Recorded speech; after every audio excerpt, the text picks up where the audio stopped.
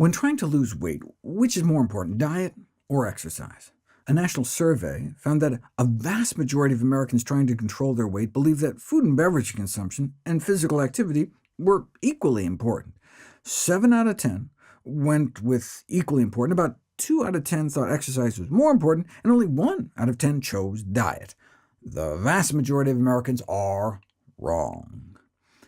It's easy to understand how people might think diet and exercise play equal roles. After all, our weight is determined by the balance of calories in and calories out. What people may not understand about this energy balance equation is we have much more power over the calories in side. In fact, on a day-to-day basis, we have full control. We could choose to eat 0 calories or 10,000 calories, but most of the calories out tend to be outside our control. Unlike wild animals, who tend to burn most of their calories on activity, about 60% of our daily calories are used up just to keep us alive, what's called our resting or basal metabolic rate, thanks in part to our energy-intensive brains. Even if you stayed in bed all day, you'd still burn more than 1,000 calories just to fuel the basics, like thinking, breathing, keeping your heart pumping. In contrast, even most active people accrue less than 2 hours of exercise a week, which may average out to be less than 100 calories burned off each day.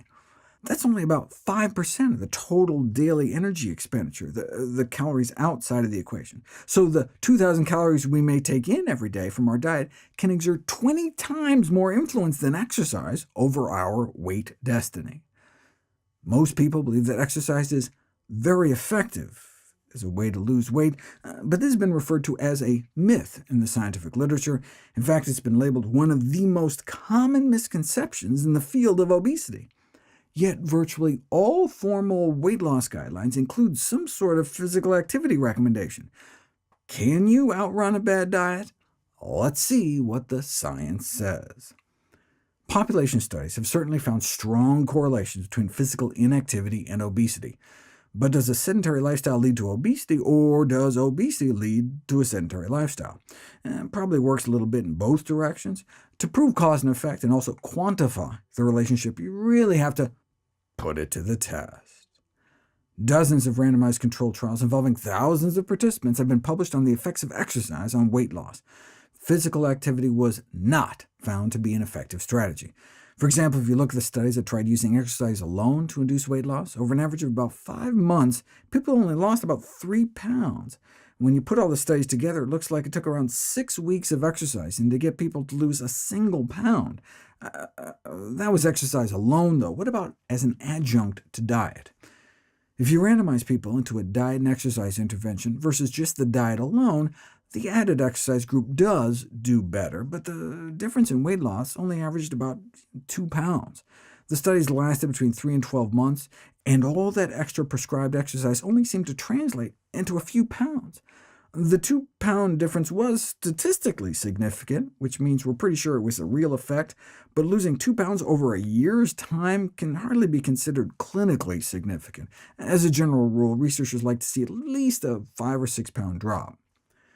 In a meta-analysis of 18 randomized controlled trials lasting a minimum of 6 months, the diet plus exercise group failed to significantly beat out the diet-only group at all. There appeared to be no long-term benefit to encouraging people to add exercise to their weight loss regimen. What is going on? Maybe exercise is just better at preventing people from regaining weight? No. The vast majority of randomized controlled trials examining weight loss maintenance also failed to show an exercise benefit. Part of the problem is compliance. It's one thing to tell people to adhere to an exercise regimen, it's another thing for them to actually do it. When the same randomized controlled trials were reanalyzed to exclude people who flouted the instructions, and analysis was limited to just those who actually put in the time and sweat, a clear advantage to exercise emerges. Exercise only works if you actually do it. The one reason people may become rapidly disillusioned with their new gym membership is their gross overestimation of the capacity of exercise to burn off extra calories. A slice of pizza has about 300 calories. That converts into an hour of brisk walking per slice, an hour a slice. How many kids are jogging 2 hours a day to burn off their Happy Meals? Who's got time to climb 50 flights of stairs to take care of the calories in just one Oreo cookie? That's one of the reasons that what we put in our mouths is most important. Public health researchers have been experimenting with including labeling on junk food. Which label is more informative, this one or these?